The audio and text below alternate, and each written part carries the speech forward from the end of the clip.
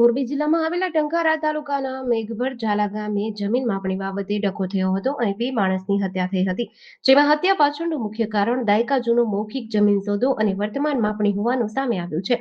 Police તપાસમાં ખુલ્યા મુજબ આરોપીએ અગાઉ મરણ જનાર પાસેથી જમીન લીધી હતી અને ત્યારબાદ ત્રીજી વ્યક્તિને આપી હતી. આ તમામ સોદાબાજી માત્ર મૌખિક ધોરણે થઈ હતી.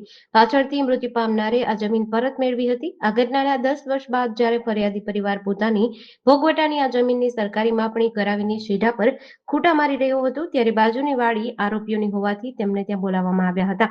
આ માપણી ગમતી ન હોવાથી એસટી વિભાગમાં નોકરી કરતો આરોપી મહાવીરસિંહ મહેન્દ્રસિંહ ઝાલા પોતાની ફરજ પરની બસ અધવચ્ચે મૂકીને તેના ભાઈ તેજપાલસિંહ સાથે બાઇક પર ઘટના સ્થળે આવ્યો હતો અને ઉશ્કેરાઈ બંને કાકા ભત્રીજા પર તીક્ષ્ણ છરીઓ વડે હુમલો કર્યો હતો.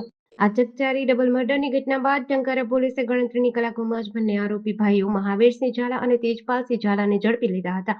પોલીસે આરોપીઓ પાસેથી ગુનામાં વાપરેલ 2 નંગ તીક્ષ્ણ છરી, હીરો સ્પ્લેન્ડર મોટરસાયકલ તેમજ 2 મોબાઈલ ફોન સહિતનો મુદ્દામાલ કબજે કર્યો હતો.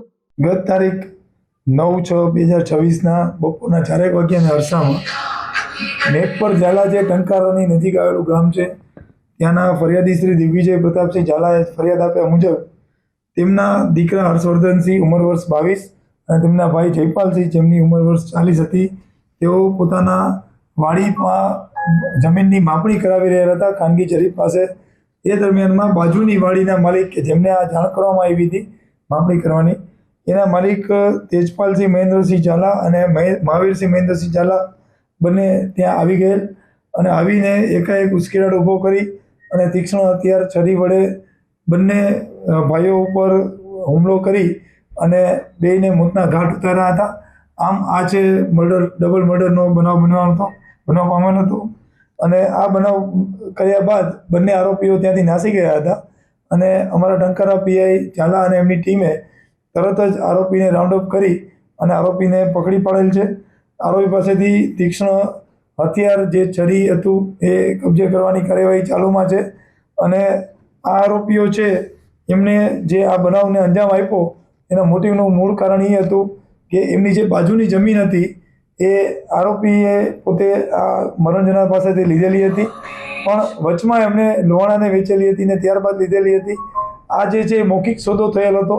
દરમિયાનમાં મરણ જનારે આ જમીન પોતાના નામે ફરીથી કરાવી લેતા આ ઉશ્કેરાટને જન્મ થયો હતો અને એ પછી 10 વર્ષે આ જમીનનો માપણી કરવામાં આવી ત્યારે એ લોકોએ પાછલી જે બનાવ હતો એને ધ્યાનમાં રાખી અને આ મર્ડરના બનાવને અંજામ આપ્યો છે.